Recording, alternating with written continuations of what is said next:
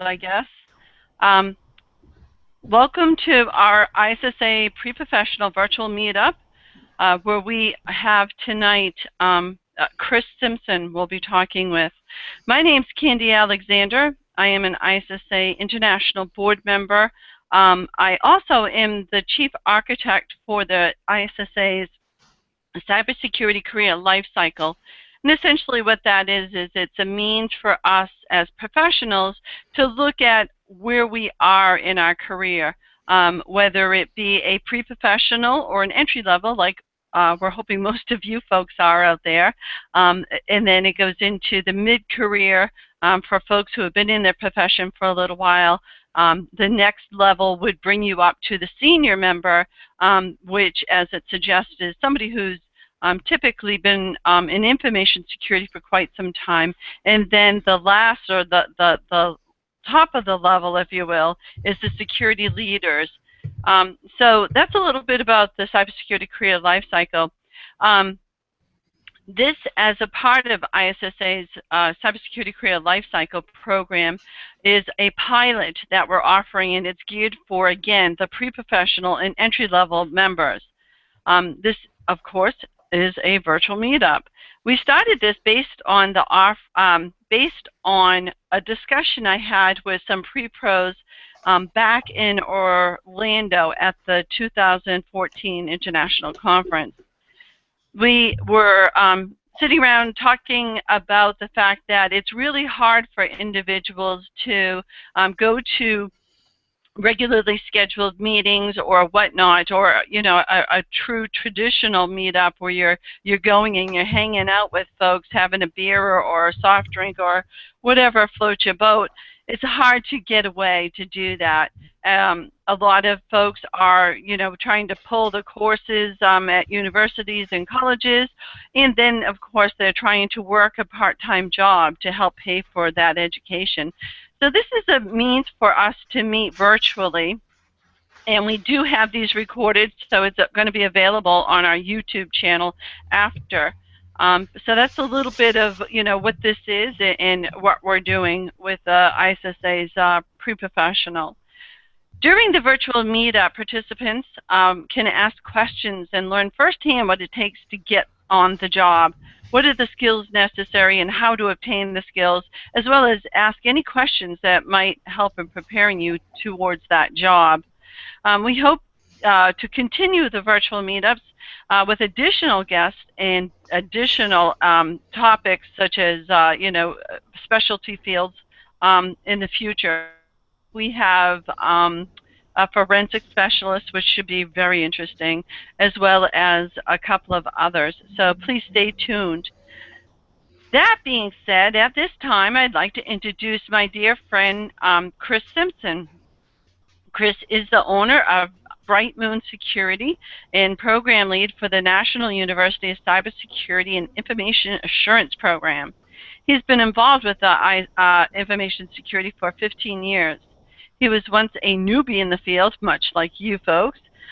Since learning is a big part of InfoSec Professional, he is a doctorate student at Dakota State University. So good evening, Chris. Hi, Candy, and thanks for inviting me to the Hangout. Hey, thanks for joining us. So, as the subject suggests, you are a pen tester, amongst other things. So why don't we go ahead and start our conversation by asking you, how did you get started in just general cybersecurity in of itself, without even talking about that specialty? So how did you get started? Yeah, sure. So I actually got started in security in my Navy career. I had worked on a computer science degree and finished it up in about 1999 or so, and I got interested in security as I was studying for that. And it turns out in the Navy at that time, a lot of people really weren't interested in security, and I just raised my hand and said, "Hey, I want to get involved in security." And next thing I knew, I was an information system security manager for a fleet commander, and with little training or experience, and it kind of went on from there. Yeah, those were the good old days. It's funny because it seems like folks at our generation of the information security professionals, we kind of fell into it. It was like, okay, who's volunteering? And everybody takes 3 steps back, and we're left standing there. So yeah, Yeah. yeah, similar situation here as well, which is good. I mean, we really fell into a wonderful career, profession. It's been challenging and a lot of fun. So if you could tell me now, how did you get started as a pen tester specifically? What brought that on? Yeah, so initially I started more on kind of the defensive side, and then as my Navy career was winding down, I got interested more in kind of the red teaming and the pen testing side of things. I was finishing up a master's degree in at George Mason University, and one class that was kind of neat. We had to actually write a buffer overflow as part of the class. It was a really tough assignment, but really really challenging. And so after I got out of the Navy, or I retired from the Navy, I decided to try a couple different things, and so I started my own business, and I started doing penetration tests and vulnerability assessments, incident response, and the different kind of things in the security field. So knowing that you have friends that do the same thing, what's the common denominator? Because I mean, you talk a lot about having that military experience and a lot about your degree programs, if you will, in InfoSec. But is that common? I mean, it just seems to me that I've known a lot of folks that fell into penetration testing because they really liked that cutting edge thing. So is there a certain, maybe the question is there a certain aptitude, certain type of characteristic you would have to have? Yeah, I don't know if there's like a broad characteristic that you have to have. There's different people that I've seen in the field. So I think there's one set of people that get in the field. They like to see how things work, and then they like to see how to break things and solve problems. And some people just have a knack for finding things that are wrong. Whether it's like a broken door, you're walking in the store and you see some type of vulnerability. Some people have that kind of natural curiosity. Hey, I wonder why this is like that, right? And I think that's some people that get into the field. I think people that really like to understand how things work too.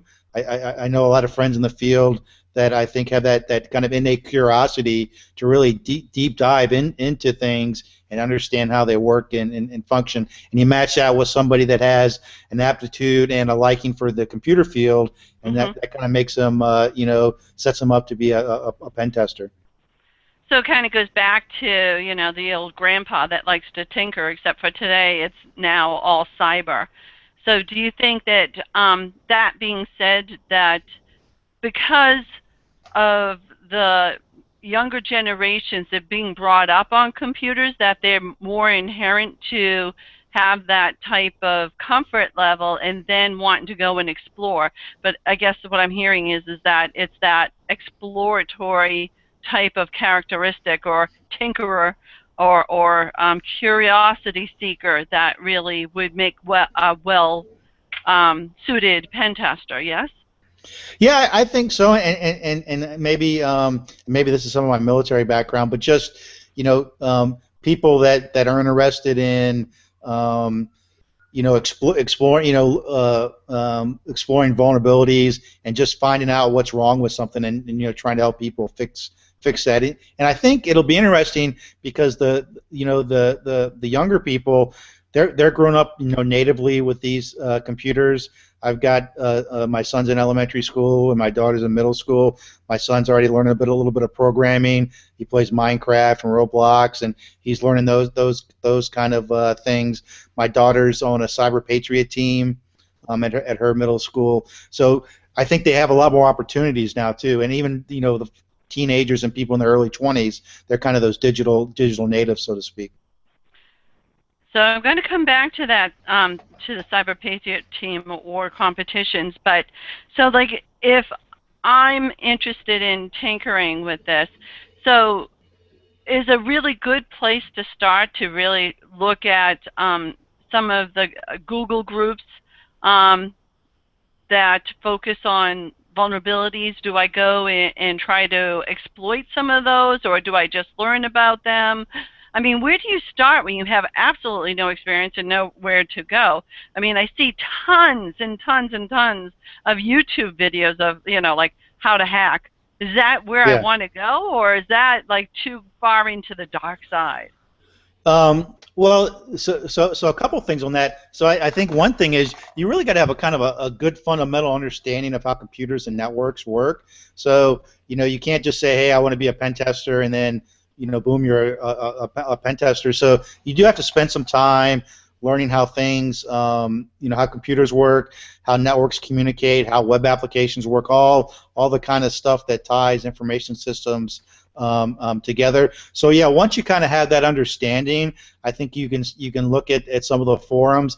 It's interesting in some of the classes I teach.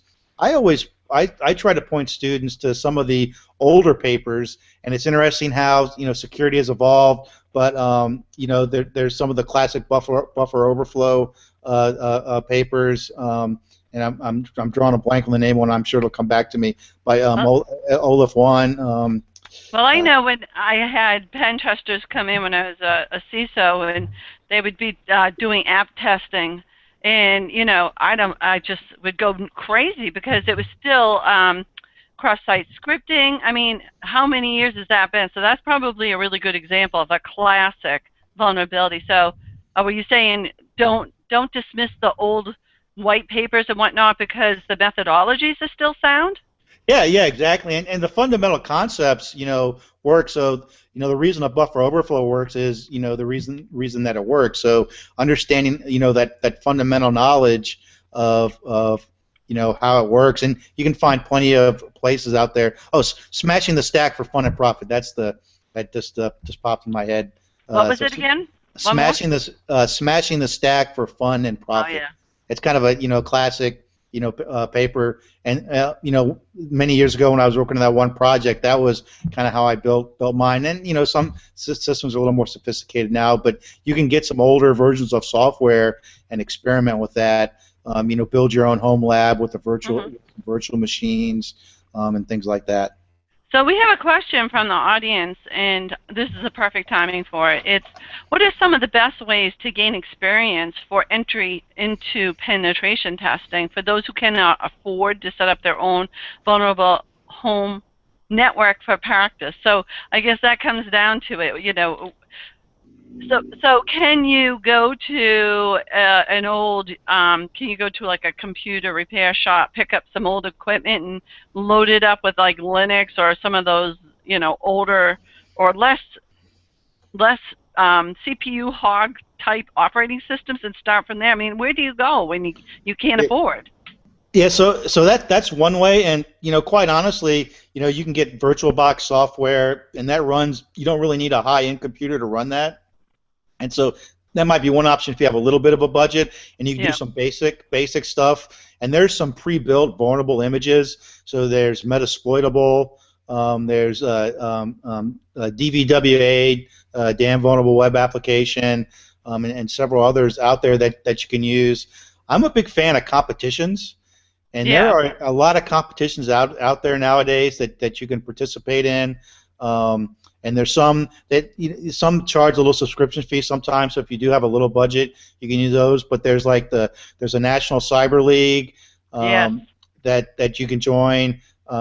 There's a place in Arizona. I've checked it out a couple times. It didn't have a lot of stuff yet. It's called the Arizona Cyber Warfare Range, and it's azcwr.org. And what I can do is I can send these links to Leah. Maybe she can post it on the website. So they've got kind of a list of stuff of the different ones out there, so you can see. So that's another good way, to start, kind of get the basics going for a penetration test. Learn some of those basic skills. Even if you have a small home network, you can practice some scanning. Because your typical home network nowadays has a couple phones on it. your TV maybe, right, and a couple other things. So obviously do that internally, and if you're a teenager living with your parents or whatever, you want to get permission to do that. You don't just want to do that. Surprise, Mom. Yeah. Oh, that's great. Thank you for that. Okay, so let's see. So tell me, I know, and maybe it's because I'm a woman, but it seems to me that this is the pen tester field of our profession is really male dominated. Just saying, an observation. So, what would you advise a woman coming into this field? What would you say to somebody who's a woman? Any special advice that you would give that individual? Yeah, so so a couple things. I think that's actually changing. It's kind of funny. Our local San Diego board here, over half the board members are are women on our local chapter board, and they mentor people all the time too. So find your local security groups, and you can Right. find a mentor, maybe a local mentor, because one of the great things about the security profession is we all like to help each other out, and people do like to mentor in this community, and I think it's better than a lot of other kind of professional communities that I've seen. So find a mentor. We have a local high school competition. We've had all girls teams, in the competitions now. So if you want to form a team for one of the competitions that we talked about, and don't be afraid to go to the meetings and get involved in your local security community. Most there's ISSA chapters all over the world. There's OWASP, ISACA, and a lot of these groups that we all kind of work together too. I know here in San Diego, all of us probably join many of these different Right. groups. So get out and meet people. See if you can find a mentor. Maybe where you work, maybe there's somebody that can mentor you there too. Well, I know just earlier today, a colleague of mine, Pat Myers, who you might know, she had sent to me was it Woman in Security or Women's Security Forum, easy for me to say. They actually are offering a scholarship for 50 women, young ladies that want to go to Black Hat. So I thought that was pretty cool. So if anybody's interested in that, we can post that as well afterwards. And I might just add as well to Leah, if we could just have those as comments on our YouTube channel as well, so people don't have to go scurrying around. So Hey, one thing real quick, Candy, too, you mentioned scholarships. So yeah, there's actually a lot of educational scholarships a lot of these organizations do for women. I know one of our students, she just received one in our program. So she gets some money for school, and they paid for her to go like 2 conferences and things like that. So it's a great opportunity because it's a lot of scholarships are out there for women. so I'm glad you brought that up because I'm going to take a sidetrack here and give you a commercial for the ISSA's Education Foundation. It is it's like a sister organization of the ISSA, and they offer scholarships to anybody who's trying to get into the field. So I have an announcement to make in that the deadline for application submission for the 2015 ISSA Education Foundation scholarships has been revised to July 15th to allow more time for students to submit their applications. So if anybody's interested, there are 2 $2,500 scholarships being granted this year. For information, you can go to www.issaef.org/student_scholarships. So, sorry, and thank you for your patience, Chris, as I did that little commercial.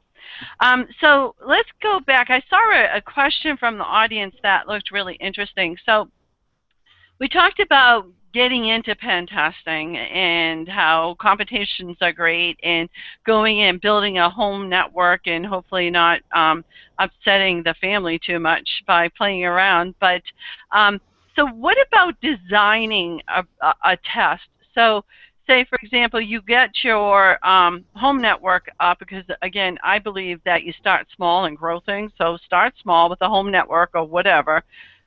How do you go about designing a penetration test? Yeah,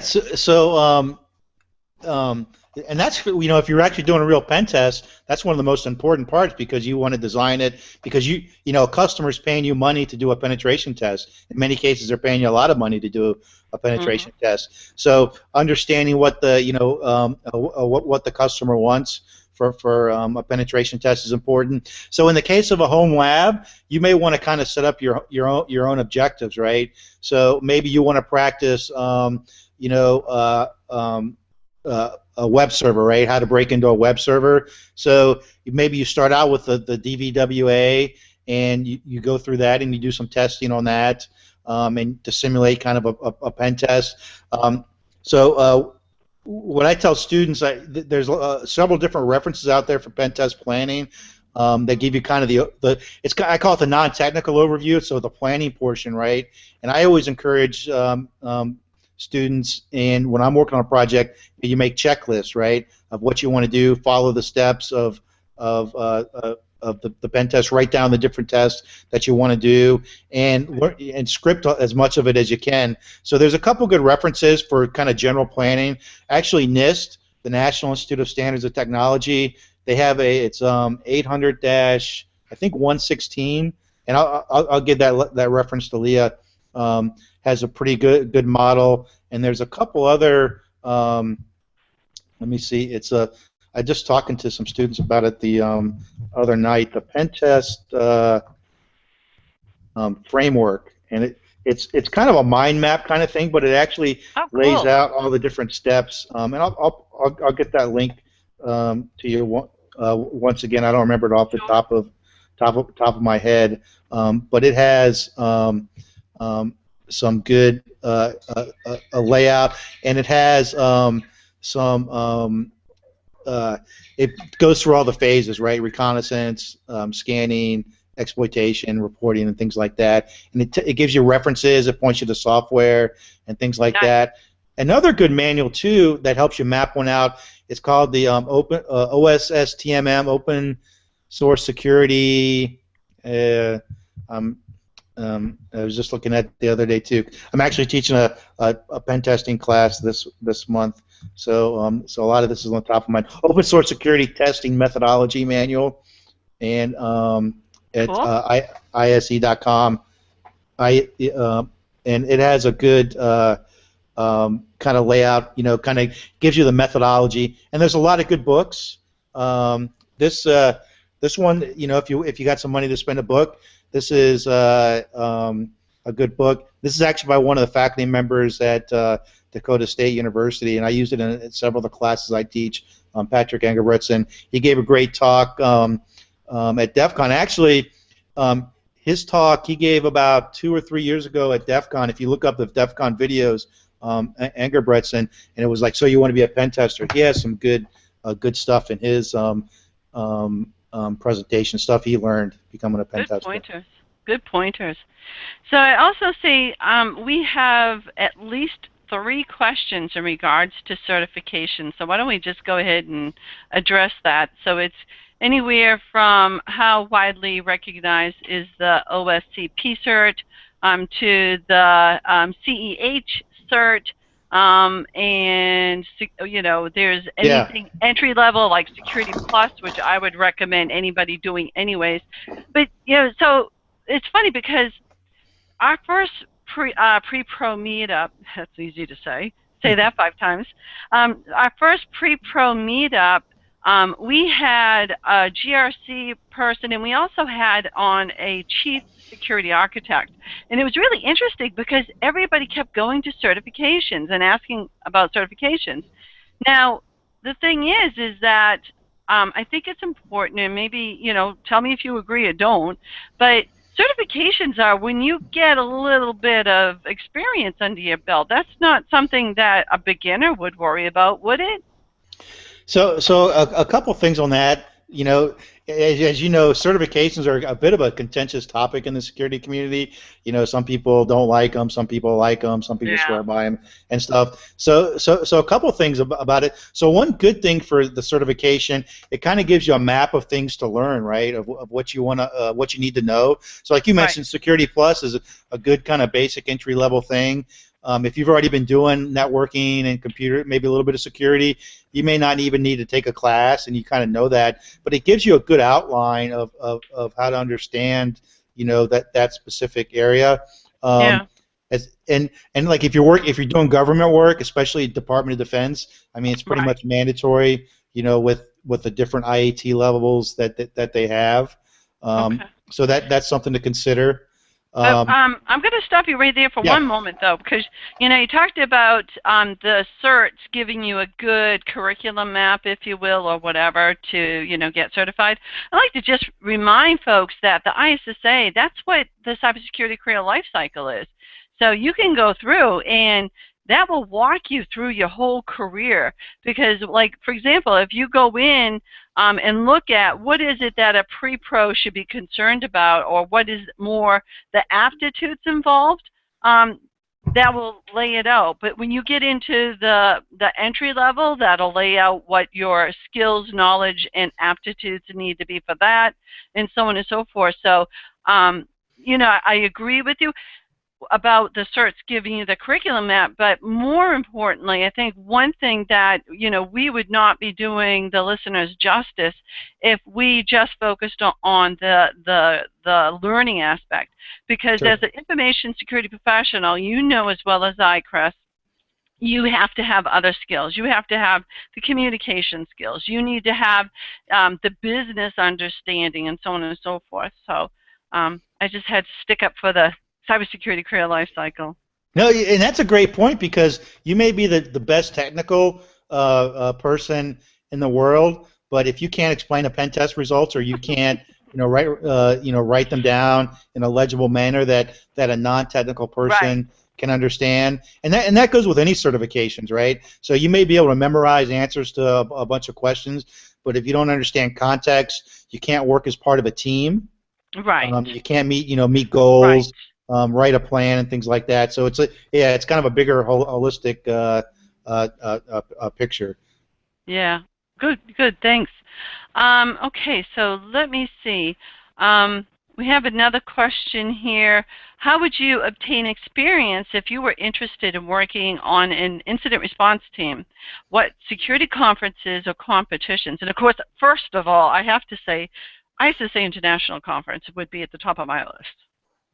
Yeah, yeah, and and actually that's one of the better priced ones, quite honestly, for all the Yeah. different conferences. So it is a good value, and to go to some other good conferences. So like let's say you don't have a travel budget, right? I mean, Mhm. especially if you're an entry level, and maybe your company won't pay for you to go to a conference. So a lot of places have what's called B-sides, and their Right. local security conferences. They're typically free, or maybe like a food charge or something like that. I'm pretty sure they're mostly free. And so just check their webpage and find a conference there. And just find your local security groups too. And Right. they're kind of maybe it's a mini conference. I know here in San Diego there's CTFs, the OWASP. They host CTFs. I know Facebook goes around the country and host capture the flags. We have one too at the conference. We do a capture the flag at the Oh ISSA wow, International Conference. Yeah. yeah, there was a real good semantic one there. The one in Tennessee, that was really good. Yeah. Yeah. Yeah. And so yeah, so some of the online conferences. One thing too, I think the question, this person mentioned more of a incident response team kind Yep. of thing. So volunteer if you have a local nonprofit and they're having security, computer security issues and things like that. Give them a hand. You have to be a little careful about liability and just kind of set expectations. But a Right. lot a lot of organizations need help. Volunteer to mentor a local cyber patriot team, or like a high school team, and help them out. I know a lot of universities now we're all trying to start to get students out in the real world and trying to find real world projects for them. So volunteering your efforts, and going to these meetings, quite honestly, Yeah. I think sometimes people expect, like I get students, I tell this all the time, they send a resume in and nothing happens, right? But I've seen people, come to like our ISSA meetings. I had this one young gentleman, he started showing up at ISSA meetings. He said, hey, listen, I'm about to finish my bachelor's degree from University of Maryland. I'd like to get some work. So I connected him with 3 or 4 different, companies. One stuck. He did some internship. He got a job. Then he got a job at that company. Now he's leaving to move somewhere even better, right? Better Yeah. pay, stuff like that. And I've seen this happen several times. I had another young gentleman volunteer to help out with Hackers for Charity. Same thing. Met some security people and leveraged that to work at different places too. So you got to go out and meet people.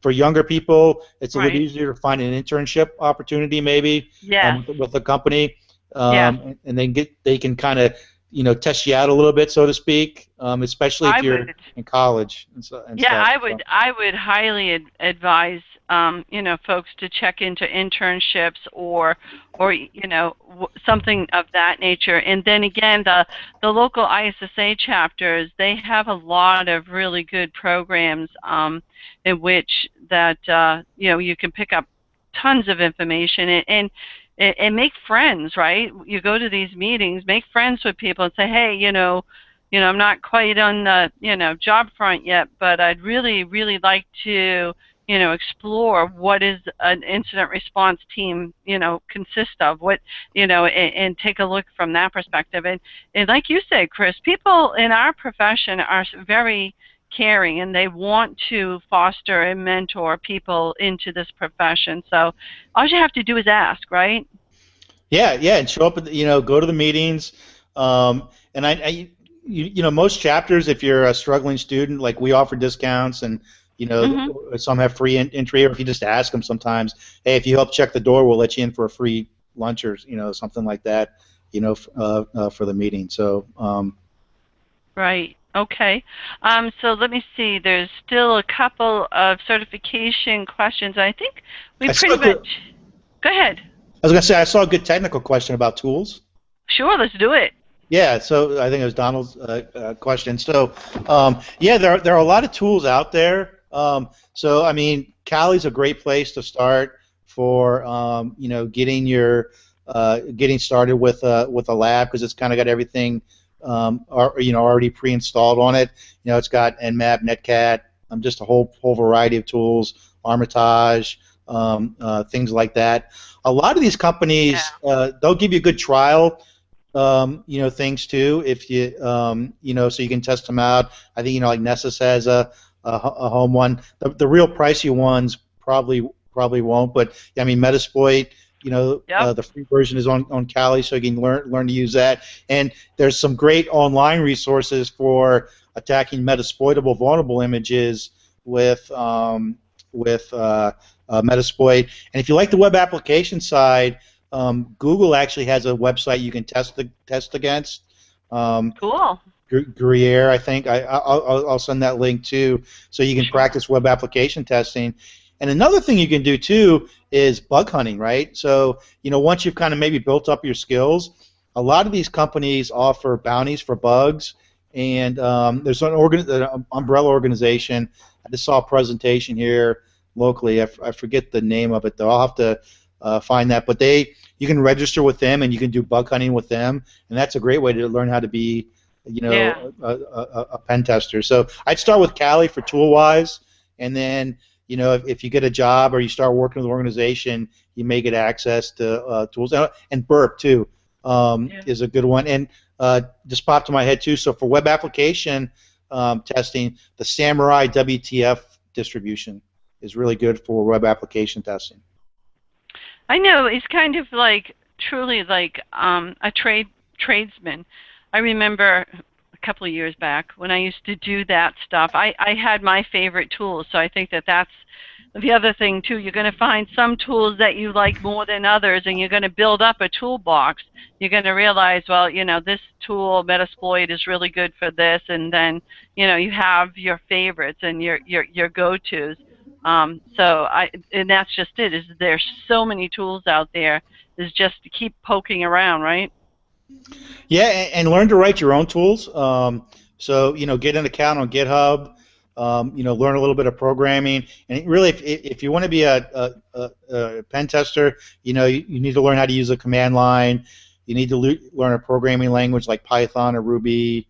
Learn shell scripting and things like that. Right. And there's a lot of great labs and things out there that you can do for free. And keep an eye on there's some of these free like Coursera, some of these massively open online courses. There's a good one. It's not pen testing, but it's kind of malware related. It's taught out of University of London. That's free on Coursera. And there's a couple other. They're a little bit more kind of the management side from University of Washington on Coursera. But a free resource you can check out. So I think I saw a question that kind of fits in the direction we were talking, and that was about, do you have any news groups or even I know personally that the Google groups, there's a ton of really active Google groups for InfoSec over there. Do you have any favorites or any specifics that you would recommend? It's kind of funny. I started out kind of watching news groups, and then I went to RSS blog feeds, and right now I use Twitter the most, quite honestly. I just follow a bunch of smart security people on Twitter, and if they link to something, that's what I'll read. And I listen to a lot of security podcasts. Yeah. For technical stuff. One of my favorites for secure, kind of technical stuff is Paul's Security Weekly. They do a great show every week. It's kind of R-rated, some of the material, so if you're a teenager, it's not safe for work. I guess let me just say that. So, but they do some really good technical stuff, and they actually had a recruiter on at their last show that gave a really good talk about what they look for at Tenable when they're hiring people and things like that. And they always have a good technical segment, that you can dig into. All right. Let me see. I'm just looking through here. Okay, so I'm going to go to some of the questions that I have for you. Yeah. So, talk to me. What is the typical day, or what is the typical week like for a pen tester? What's life like?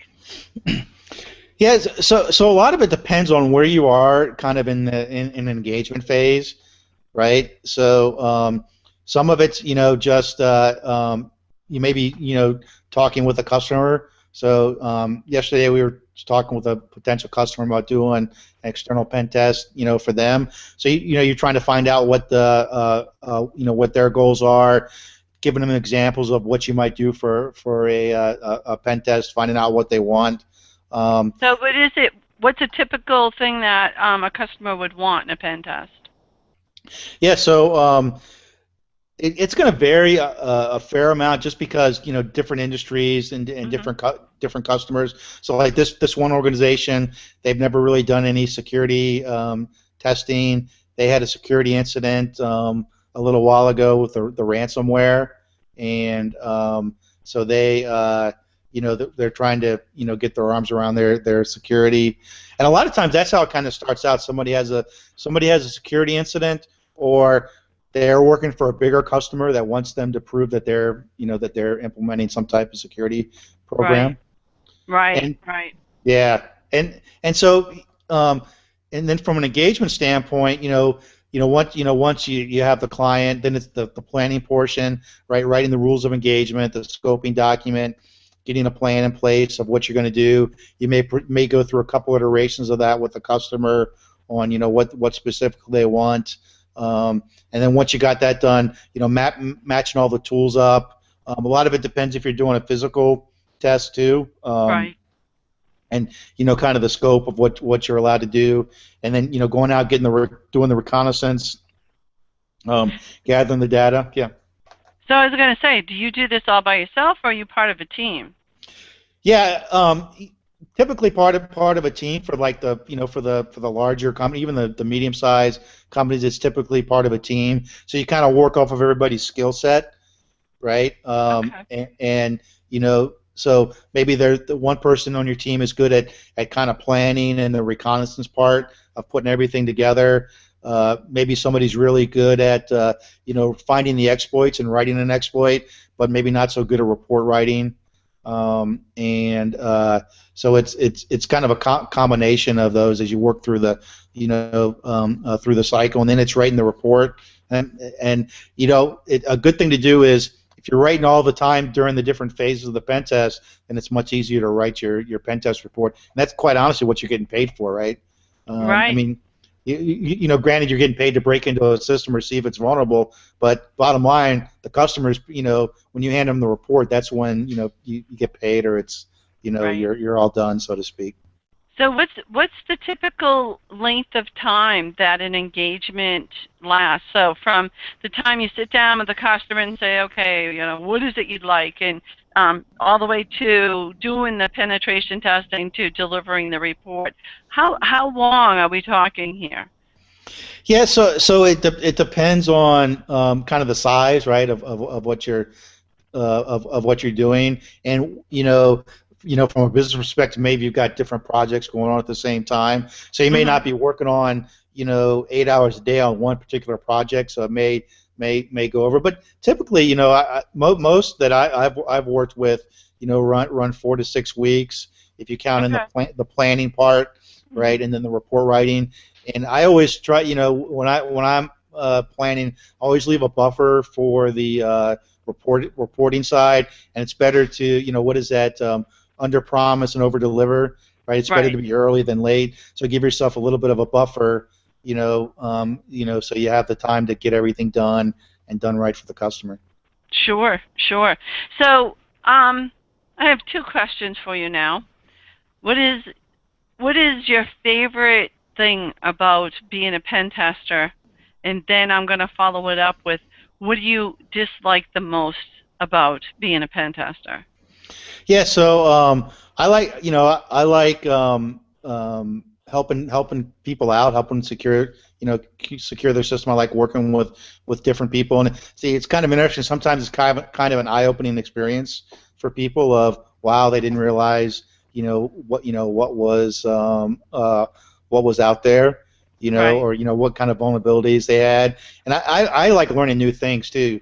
I've kind of talked about I've been in school for a long time now. I always like learning new things and seeing the new ideas, and trying to deep dive into different technologies. So I think that's the interesting because you're always learning new things, and computers and information systems are changing. So it's always something it's always something new. Well, I think that's kind of, the baseline of being a infosec professional is that it's constantly changing and you need to be prepared for learning constantly, right? Yeah, yeah, yeah. You have to be because it's a constantly changing field. That's what makes it kind of interesting too. Yeah, absolutely. I've not been bored and I've been doing this for over 25 years. So, okay, so what is it that you don't like about being a pen tester? What's the part that just really bums you out? Well, for me, so running a small business, um, it's kind of doing the marketing side. I like going to meeting Yeah. people, and I love to get referrals. That way, you don't have to do like the marketing, Mhm. side of things. So kind of a little bit of the business side of Right. things is a little bit harder. That's why sometimes I'll support bigger organizations, so they've already taken care of a lot of that Sure. admin stuff. So that's it makes it a little easier.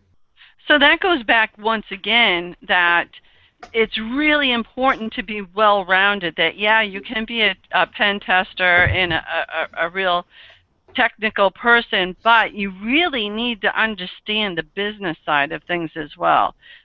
So now, when you talked about having a small business, and I know a few people that do this as well. They're a small, company that they do penetration testing, and yes, like you, they go to work with other companies, the larger ones.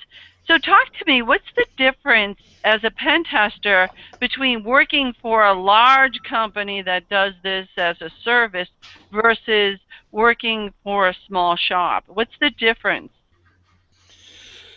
Um, so it's probably a couple different things. So if you run your own business or you're part of a small business, you tend to wear many hats, right? So you don't really have, you're doing sales, you're doing the sales engineering, to pre-sales engineering with the Hmm. the customer, so to speak, and going through that whole process. So you kind of see it end to end. I think with larger companies. You don't necessarily, maybe just gets handed off from sales, to you to get a specific test done. There may be some restrictions on the tools you can use, or they may have already selected a set Right. of tools that maybe bound you a little bit. It could be time management. Maybe they expect you at a desk 9 to 5 for the larger companies. That Sure. kind of thing. Or maybe the smaller companies they're kind of maybe more flexible with the time, but maybe you're working harder. So Yeah. it's kind of a balance, I think. Yeah, I think I have found that as well, the different things that I've done throughout my career in information security. And I found that as well with large companies, this is what you do. You do the network scan, versus the app test, or versus like Yeah, when you get to a smaller company, you do a little bit of everything. And that's kind of fun too, because you get to try different things. yeah. So yeah. Okay, so let's go back to our audience questions. Um, I saw one here, Candy, about sure. I went back to school and got an MS in I was cybersecurity. just going to do Yeah. Oh, that good. one. Yeah. Yeah. So go ahead. Why don't you read the question and then give it an answer? Yeah, so I went back to school and got an MS in cybersecurity with a concentration in cyber intelligence. I'm having trouble getting my first job. What advice do you have? Should I now get certifications? So, certifications aren't bad, but I personally think, go out, meet people, get Yeah. involved in your local security community, go to join your ISSA chapter, volunteer for like if there's a cyber patriot team at a high school, mentor that team. See if there's some nonprofits, that you can get out Sure. and meet people. Maybe find some competitions to participate in. If you're on the technical side, maybe find like an open source project to Mhm. contribute to. Um, and maybe kind of work on a certification as you're going along. Now, if you want to, like I said, if you want to go in the DoD or government space, then maybe it might be a little more important to get um, uh, a certification. But Right. I get pinged every day. I won't say every day, but I gave a presentation yesterday, and a lady from a large corporation came up. Hey, we need people for this Navy project, entry level all the way up. We can't find Yeah. people. Yeah. Yeah. Um, Yeah. another company, they can't keep people with it. And quite honestly, they're finding some people that just don't work. To be quite honest with Right. you, they let them Right. go, right? Right. So if you do get your foot in the door, be prepared to work. Um, and if you're changing careers,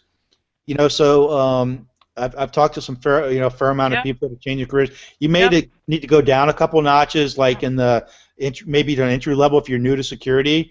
But once you get your foot in the door, then it's Right. easy to kind of pivot around just like you would if you exploited a network, so to speak. But You uh, know, I agree with you, and maybe that's what hasn't changed over the years, because like you and I, we were kind of like, thrown in the deep end and sink or swim. And today there's so many degree programs and so many learning opportunities that we didn't have. But what it really comes down to is when you get into that company, don't be afraid to volunteer for the crappiest jobs. I mean, I hate to say it, but that's how we got into information security, because nobody else wanted it. So it's yeah, like, I'll take it, you know. Um, so I think that as well, that the entry level folks need to keep that in mind. You're starting. at the foundation. You're starting as an entry level.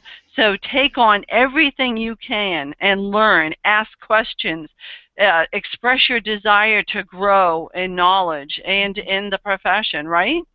Yeah, and if you're here in the San Diego area, people can contact me, and I always try to help connect people. But it's weird sometimes too with like certifications. So one of the best students that has come through our program at National University, really sharp. He was already working in the field, and he was applying for one of the larger technical corporations here. Didn't get hired, passed CISSP, went on his resume, got the call, got hired. So, Ah, you know, I mean, and his skill. I mean, well, quite honestly, his skills didn't change, right? But he I got know. those letters on his resume. So it's kind of weird sometimes getting through those HR screens, I think, too. Well, it's interesting too because just as a side note, we were just recently out at RSA 2015, and the ISSA hosted a consortium of multiple groups having to do with developing the profession, the skills, and so on and so forth. And it came down that we talked about there's a huge deficit, supposedly, of skilled cybersecurity people out there. You see it in the papers, anywhere from 500,000 to 15 million, wherever. So it's all over the board that there's just not enough skilled people. But, we started talking about what is the problem, what is the cause of this problem versus the symptoms. The symptoms we're seeing in the newspapers, they're the headlines. What is the cause of that? And it was really interesting that there were several of us who agreed that it's the businesses having a difficult time understanding what they're asking for. Like, for example, they might say they want to have an information security manager, but what they really want is a pen tester or so on and so forth. So, you know, I understand that through the years, the certification organizations, and please don't get me wrong, I hold a couple myself, they are there to help the businesses in the world understand you have a baseline of knowledge.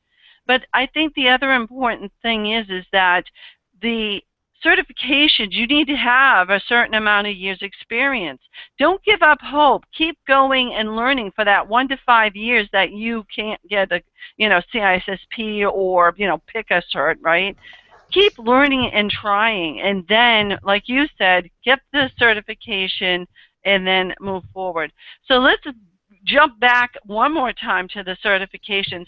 As a pen tester, what certification is most appreciated and recognized by the business community, not by, so the people hiring? Which Yeah. one would you suggest as a So, pen tester? yeah. So from the business side, I would probably say the Sands. They're what is The it? GAIAC? GPEN. Yeah, Oh, yeah. yeah, They're widely recognized. They meet the DoD. If you want to do DoD sure. government work, they're a little bit on the pricey side. Very very high quality training. Awesome instructors, and things like that. On the technical side, I think OSCP is probably the most widely recognized for that. And to get that cert, you actually have to do a pen test, right? So you get like 48 hours, I think, and you have to do a pen test. You have to write a report for them, too. Cool. So you're kind of killing, you're getting, quote, experience with that too. And that's actually, I haven't checked the price for that one in a while, but that, it's kind of, they have a self-study option, and they have a good lab environment, and, price-wise, that's, I think maybe a little cheaper than the Sands Interesting. one. So let's go to the next one right down below, and it's Donald again, and he's coming up with some really good questions. Thanks, Donald. It reads, a little off topic, but I heard you mention Cyber Patriot a couple of times. I'm a new mentor for Cyber Patriot, working with a high school who just started a team. Oops, she changed it on me. Would like to hear some of your best practices for working with this age group. Any tips for developing? Yeah, so that's a great question. And so a couple things. So Cyber Patriot, they actually have some good practice exercises on their website that you can download practice images. So a lot of it depends if the team if they've been in a competition yet or not. So if they've already been in a competition, they may have some good processes and procedures in Right. place to compete. They if not, a couple things. We here in San Diego, we always try to get the teams to start with some checklists and give them Yeah. some fundamentals about lockdown, and you're going to have a wide variety of experiences with different teams, and so you might have to see what the experience level of your team. If they're inexperienced, basic Windows, basic Linux, basic networking training of ports, how to what ports are open, how to change passwords, how to do like some of the basic Windows kind of things to secure a Windows system.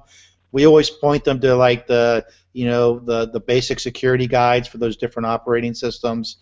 There's several good competitions out there though. So I work with my daughter's middle school team, and they've been working on the Toaster Wars, the Pico CTF, and they keep those competitions up.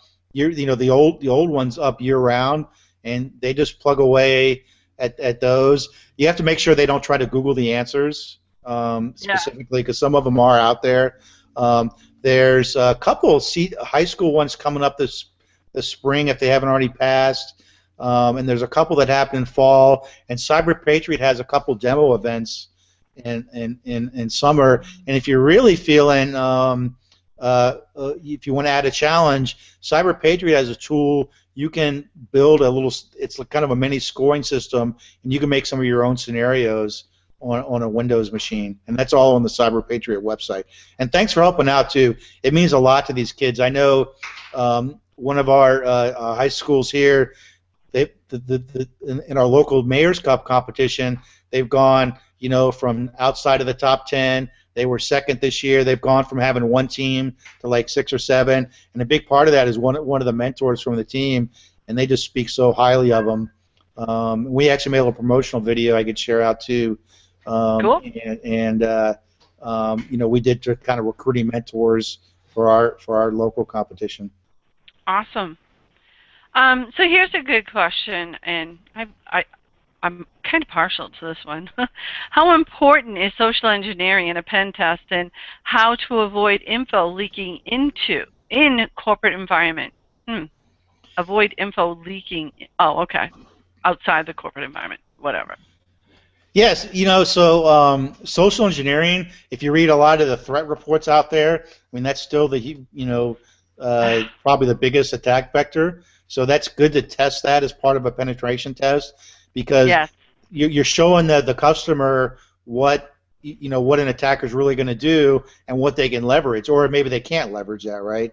So I think it's an important component. And the biggest thing for social engineering, preventing leakages in your company and your organization, it's just awareness. I mean, obviously having systems in place to screen out some of the emails and protect some web filtering and things like that.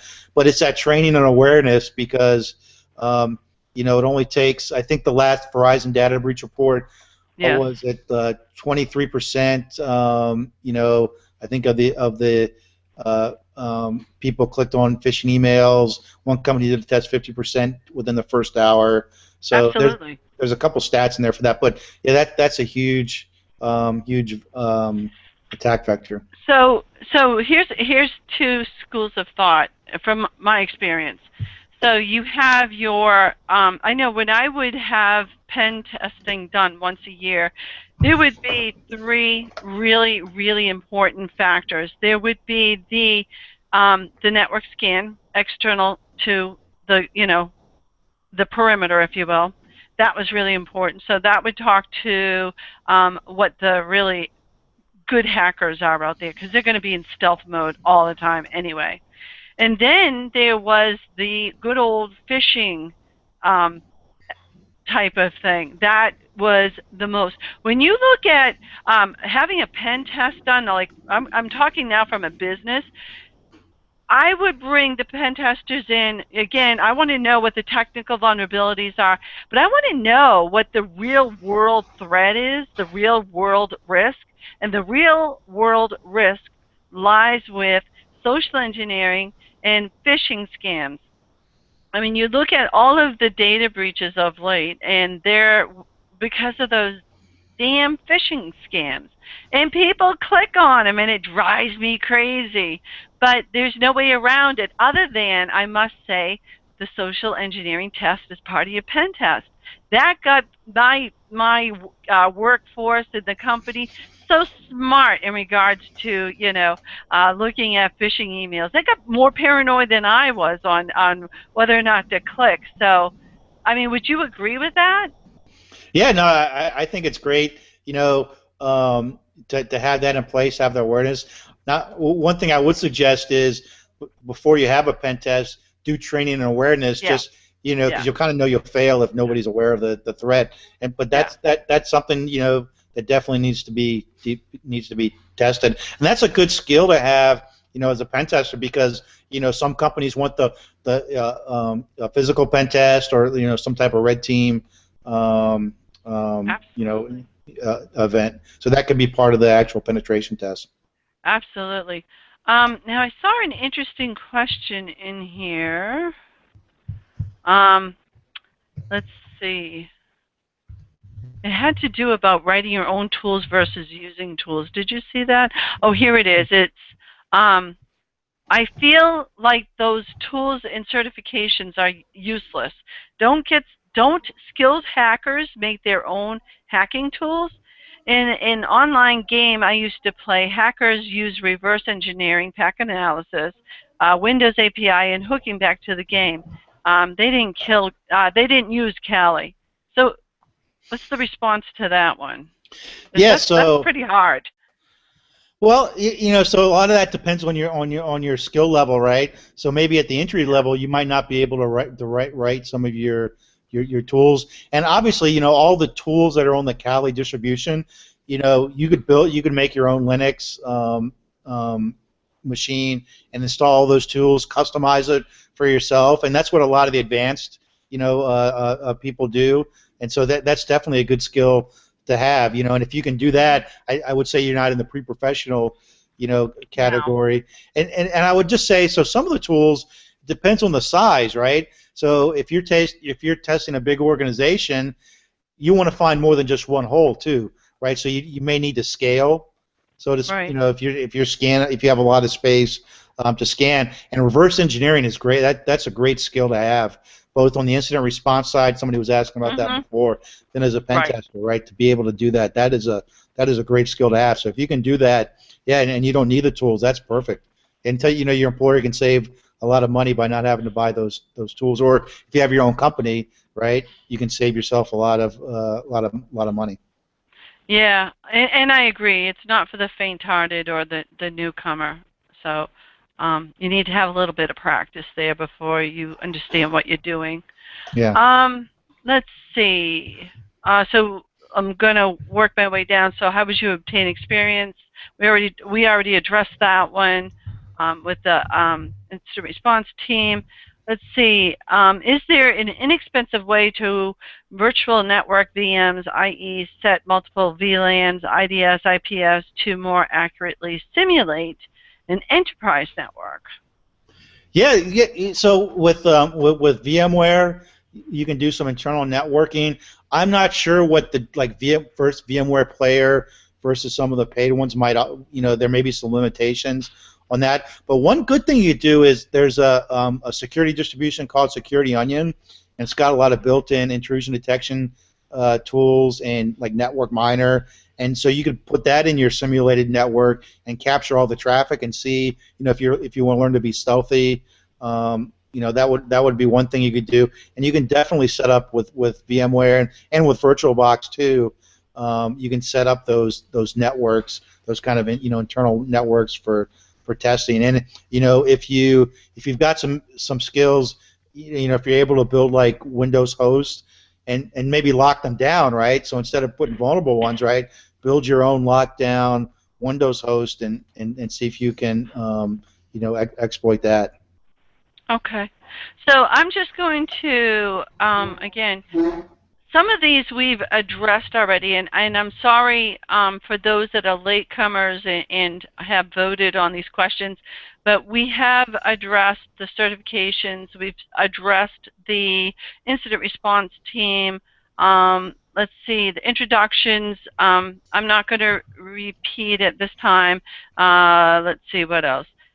So for those that are asking those questions, I will remind you that this is being recorded. You can go out to our YouTube channel, the ISSA YouTube channel, and you can catch it from the beginning and, probably fast forward to where you want to go.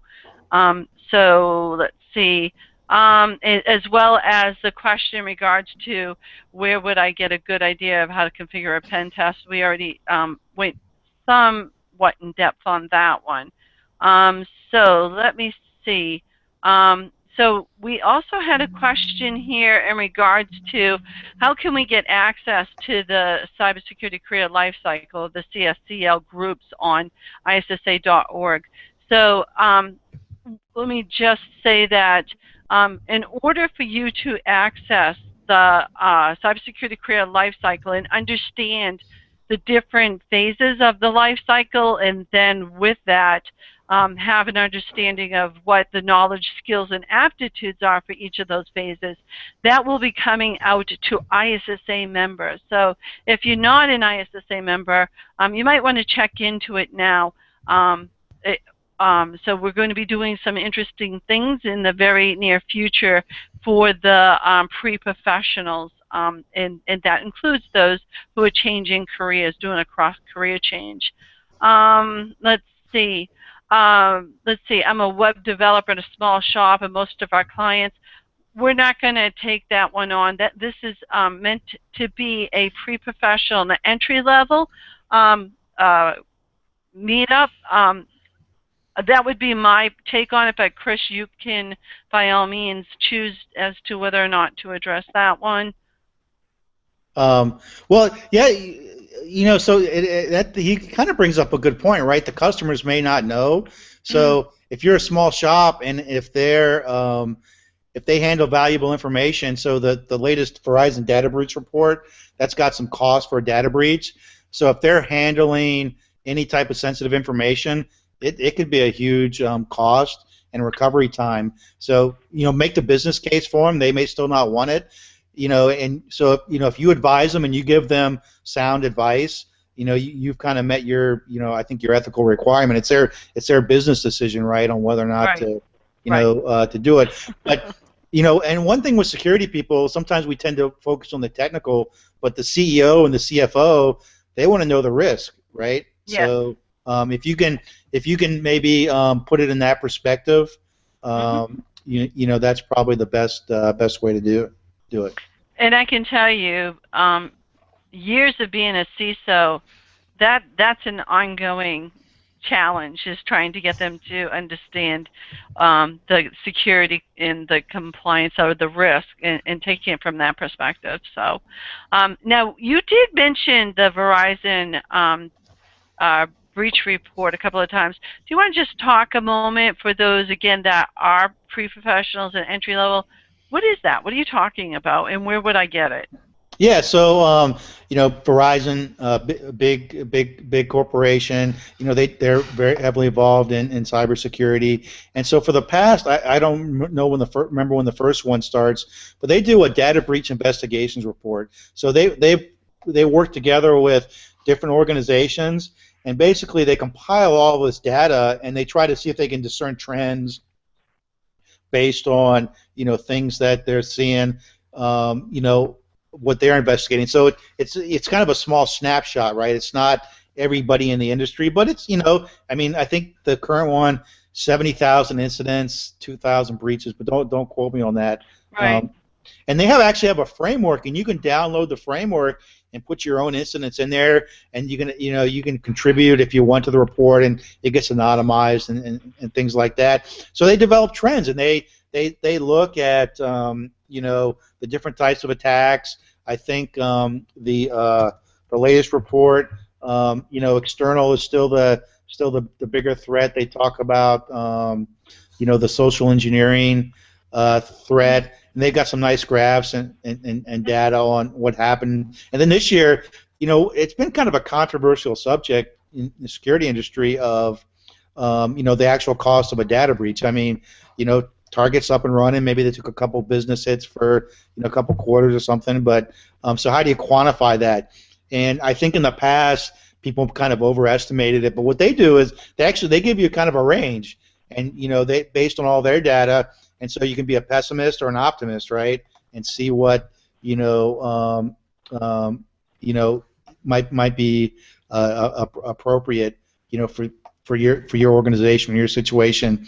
And then one thing too, I was just thinking that the person asked about the making it for business. So if the organization handles personal identifiable information, social security numbers, credit card stuff, in addition to financial, there could be personal liability if they don't follow best practice, Right. due diligence, so to speak. So Right. that's one thing to kind of express it in.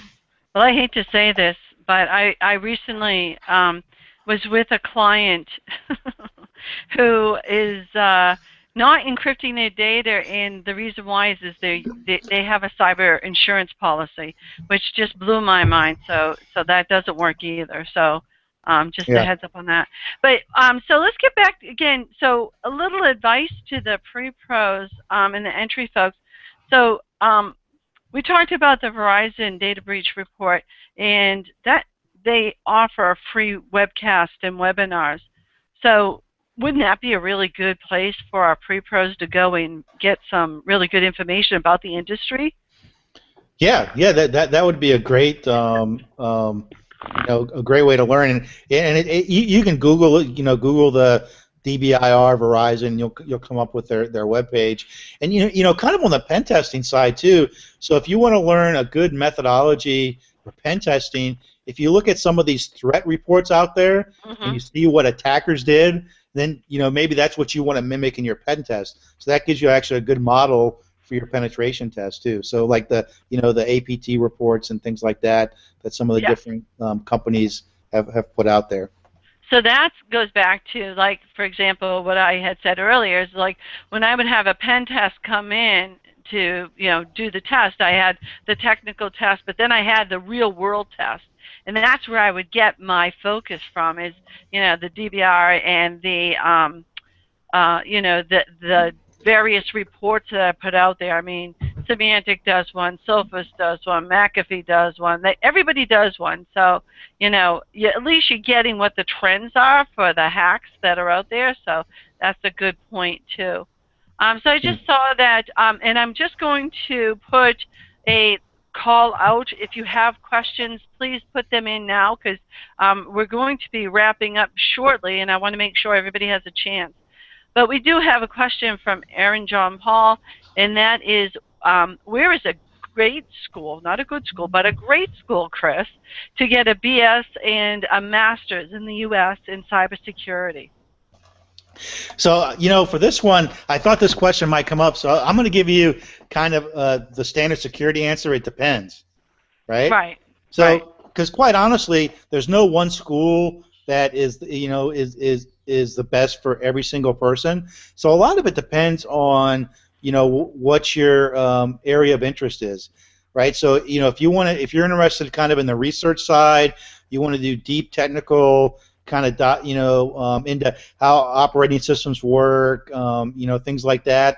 You might want to consider schools like Carnegie Mellon, Purdue, Georgia Tech. Some of the I think Cal Poly Pomona. Actually, Cal Poly Pomona, they're a little more business focused. But so pick one of the technical schools. Dakota State University, where I'm a student, they have bachelor's and master's programs online and on site. They have an excellent faculty there. I've like I said, Dr. Engelbretson wrote that one textbook. Dr. Mhm. Pauly, who runs the program there, and they focus a little bit on the malware reverse engineering. So if you want to do a deep dive into that, and they just started, or they became designated as a um, uh, NSA Center of Cyber Excellence in Yep. cyber operations. Yep. Um, George Mason is a good school if you're in the DC area. Forensics, I think it's Champlain College, has a really good reputation. Some of the states, there's some good schools in Alabama. You can take a look. The NSA, they have a program, so Center of Academic Excellence in Information Assurance or Cyber Defense Education. Yep. So, the school I work at, National University, our program, I think is good. But I won't pitch it here. There's some good San Antonio. They run a lot of the Cyber Patriot competitions. UT San Antonio. So there's a lot of good schools. Yeah. But look at the school and look at the faculty and see how they focus, right? So George Mason is a little more research focused, right? UC San Bernardino, another excellent school there, maybe a little more on the business side focused. Our school we kind of focus. Our school we focus on people that are working. Already kind of working professionals. Dakota State, they're kind of a bit of both. They have on-site students and kind of working students. So it's kind of a wide variety. But research the school. So spend some time researching school. Look at the faculty bios and see what the faculty are doing in their research areas, and see their schedule, how their schedule works, and see what fits best with your schedule. So if you're working and going to school at night, that's gonna that's gonna change your what works best for you. Good. Thank you very much. Okay, so really not sure what this question is about, but who should we address in case of being penetrated in the security perimeter? So that's kind of generic. Um, How do you take that? How do you read that? so maybe do you think that may be incident response? So if something happens to them? Well, that would be my take on it. Is if you that incident response plan is all dependent on organization. I mean, some organizations you would call security. Some organizations you call the help desk. I mean, it's just Yeah. Go ahead. I was gonna say maybe you could retype it real quick and kind of clarify if Miguel. Miguel, yeah. And while we're waiting to see if Miguel can clarify that, and just, Chris, you do have one here that's asking for your address. So I'll use this opportunity right now. If any of you have any questions that you would like to ask of Chris, even in the recorded version, I hope you don't mind me throwing you into the bus, Chris.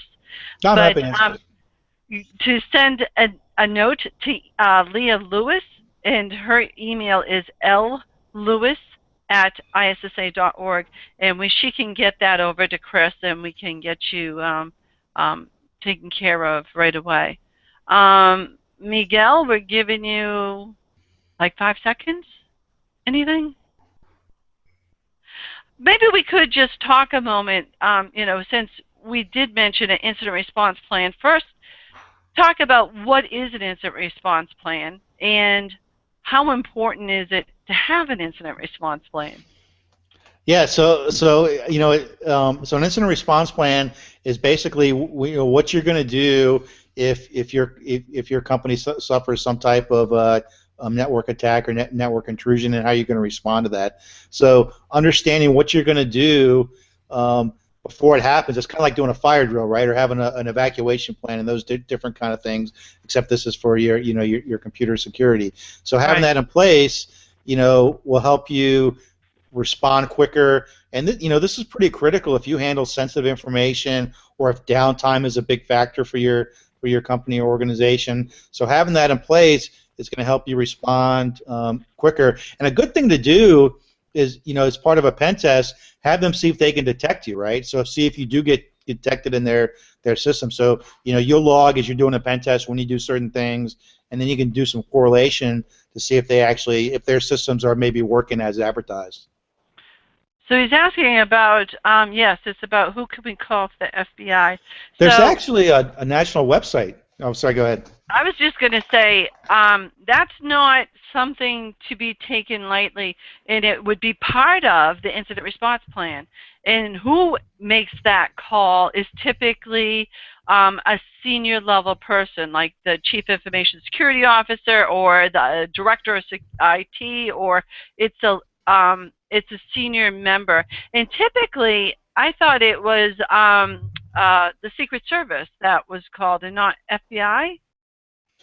So it depends. So there's a lot of variables for that. A lot of it depends on the nature of the crime. Is it a possible local crime? Okay. So actually, if you like search for your local police, they may have some resources. But there's actually a and I'll send a link to Leah. There's a national site you can report stuff to that Good. probably won't get back to you. But what they do is they kind of collect all this stuff, and if it's part Yeah. of a bigger trend, they can do it. Another thing is, and if you're based in the United States, there's an organization called InfraGard, and that's Yep. an FBI community organization. You do need a background check to join. They will do a background check on you. But they will give you some additional information. It helps you make contacts in the local community.